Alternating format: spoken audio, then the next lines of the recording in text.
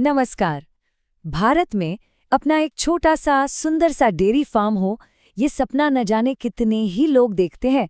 लेकिन अक्सर होता ये है कि एक छोटी सी गलती की वजह से ये सपना सपना ही रह जाता है। तो चलिए आज उस ब्लूप्रिंट को समझते हैं जो इस सपने को हकीकत में बदल सकता है।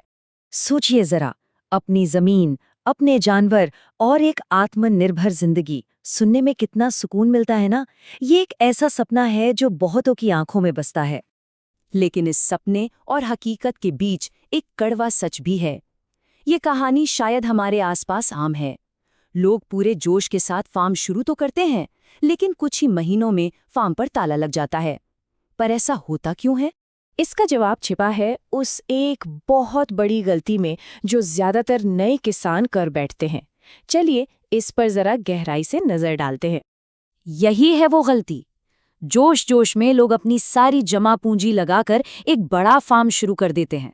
उन्हें लगता है कि जितनी बड़ी शुरुआत होगी मुनाफा भी उतना ही बड़ा होगा। लेकिन असल में ये उत्साह सीधे सीधे बर्बादी का रास्ता बन जाता है। तो सवाल ये उठता है कि अगर ये रास्ता गलत है तो फिर सही रास्ता कौन सा है? क्या कोई ऐसा तरीका है जिससे जोखिम कम से कम हो और सीखने को सबसे ज्यादा मिले? जी हाँ, तरीका है। और यही है वो सुनहरा नियम। इस एक लाइन को अपने दिमाग में बिठा लीजिए। 2 गायों का फार्म सिर्फ एक फार्म नहीं है, वो आपका अपना पर्सनल बिजनेस स्कूल है। यहाँ आप वो सब कुछ सीखते हैं जो कोई किताब, कोई कोर्स आपको कभी नहीं सिखा सकता। और सबसे अच्छी बात, इसमें आपकी सारी जमा पूंजी दांव पर नहीं लगती। अब जरा इस स्लाइड पर नजर डालिए। फर्क बिल्कुल साफ है। जब कोई बड़ी शुरुआत करता है तो वो एक जुए की तरह होता है। एक गलती हुई और सब खत्म। वहीं दूसरी तरफ जब शुरुआत छोटी होती है तो आप असल में मैनेजमेंट सीखते हैं, गायों की सेहत को समझना सीखते हैं और सबसे जरूरी पैसों का हिसाब किताब सीखते हैं। अगर कोई गलती हो भी गई तो वो आपको दिवालिया नहीं करेगी, बल्कि एक सबक सिखाकर जाएगी। सीखने का इससे सुरक्षित और स्मार्ट तरीका कोई और हो ही नहीं सकता। ठीक है, तो ये तो तय हो गया कि शुरुआत छोटी करनी है। अब आते हैं पहले और सबसे जरूरी फैसलों पर जो डेयरी फार्म का पूरा भविष्य तय करेंगे। गाय कौन सी खरीदे? देखिए, ये सिर्फ एक जानवर चुनना नहीं है, ये एक बिजनेस स्ट्रैटेजी है। हर नस्ल एक अलग बाजार के लिए बनी है। देसी नस्लें जैसे गिर या साहीवाल, इनका A2 दूध आपको प्रीमियम दाम दिलाता है। दूसरी तरफ HF गाय एक तरह से दूध की मशीन है जो कोऑपरेटिव में दूध बेचने के लिए एकदम सही है। और अगर कोई इस काम में बिल्कुल नया है तो उसके लिए जर्सी क्रॉस ब्रीड सबसे सेफ ऑप्शन माना जाता है। और इसीलिए एक्सपर्ट्स एक बहुत ही स्मार्ट सलाह देते हैं। एक क्रॉस ब्रीड गाय रखिए ताकि घर में रोज दूध की अच्छी मात्रा आती रहे, और साथ में एक देसी गाय जो आपको प्रीमियम मार्केट में एंट्री दिलाए। ये कॉम्बिनेशन पहले ही दिन से आपके बिजनेस के रिस्क को बैलेंस कर देता है। याद रखिए, 2 गायों के लिए कोई फैंसी महल नहीं बनाना है। बस कुछ बातें गांठ मान लीजिए। शेड एकदम हवादार हो, फर्श खुरदुरा हो ताकि गाय फिसले नहीं, छत ठंडी रहे इसलिए टिन की जगह छप्पर बेहतर है। और हाँ, सबसे जरूरी चीज है ढलान, ताकि पेशाब और पानी रुके नहीं, सीधा बाहर निकल जाए। चलिए अब बिजनेस के उस हिस्से पर आते हैं जो ये तय करता है कि डेयरी फार्म चलेगा या बंद हो जाएगा। ये बहुत बहुत महत्वपूर्ण है। इस नंबर को ध्यान से देखिए। 70%। डेयरी फार्म का 70% खर्चा सिर्फ और सिर्फ एक चीज पर होता है। जी हाँ, चारे पर। ये चार्ट एक ही कहानी कह रहा है। आपका 70% पैसा सिर्फ एक जगह जा रहा है। इसका मतलब बिल्कुल साफ है। जिसने चारे का खर्चा कंट्रोल कर लिया, समझ लीजिए उसने मुनाफे का दरवाजा खोल लिया। तो एक सेहतमंद और दुधारू गाय को रोजाना चाहिए क्या क्या?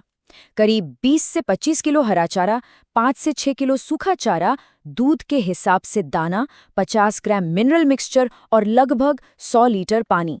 बस इस बैलेंस को साधना ही असली कला है। अब चारे में भी सबसे महंगा होता है दाना, और सारा खेल इसी के गणित का है। फॉर्मूला बहुत आसान है, इसे याद रखिए। 1 किलो दाना रोजाना गाय के शरीर के रख रखाव के लिए, और उसके ऊपर हर 2.5 लीटर दूध के लिए 1 किलो दाना, और जो इस हिसाब से चलता है उसकी डेयरी हमेशा मुनाफे में रहती है। बहुत बढ़िया। हमने गाय चुन ली, शेड बना लिया, खिलाना पिलाना भी सीख लिया। लेकिन डेयरी फार्मिंग में सब कुछ हमेशा इतना आसान नहीं होता। अब बात करते हैं पैसा कमाने की और उन दुश्मनों की जिनका सामना हर किसान को करना पड़ता है। पहला और सबसे बड़ा दुश्मन है थनैला रोग, जो बहुत नुकसान करता है। होता क्या है कि दूध निकालने के बाद थन का छेद कुछ देर खुला रहता है। इसका उपाय बिल्कुल आसान है। दूध निकालने के तुरंत बाद थनों को टी डिप में डुबोएं और गाय के सामने चारा डाल दें। इससे वो कम से कम आधे घंटे तक खड़ी रहेंगी और इन्फेक्शन से बची रहेंगी।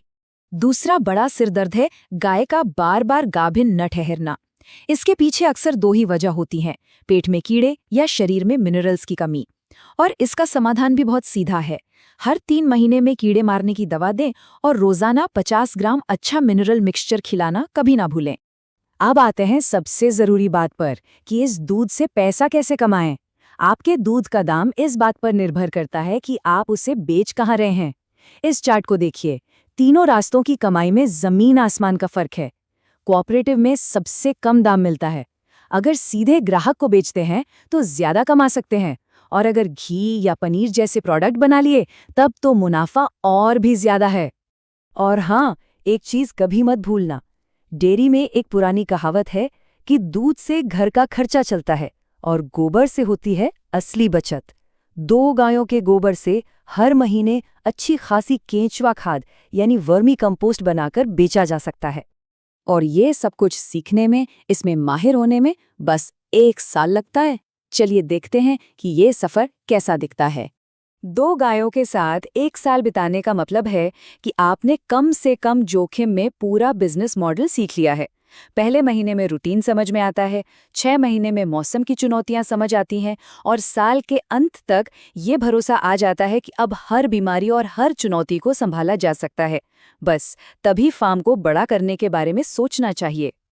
देखिए, एक बात तो 100% सच है, डेयरी का काम 24 घंटे 7 दिन का है। इसमें कोई इतवार नहीं होता। लेकिन जो सुकून, जो आत्मनिर्भरता और जो अपनापन इस काम में है, वो शायद ही किसी और नौकरी में मिले। तो ये था 2 गायों से एक सफल डेयरी फार्म खड़ा करने का पूरा ब्लूप्रिंट। और अब सवाल सिर्फ एक है, ब्लूप्रिंट तो अब मौजूद है, क्या उस सपने को बनाने के लिए तैयारी है?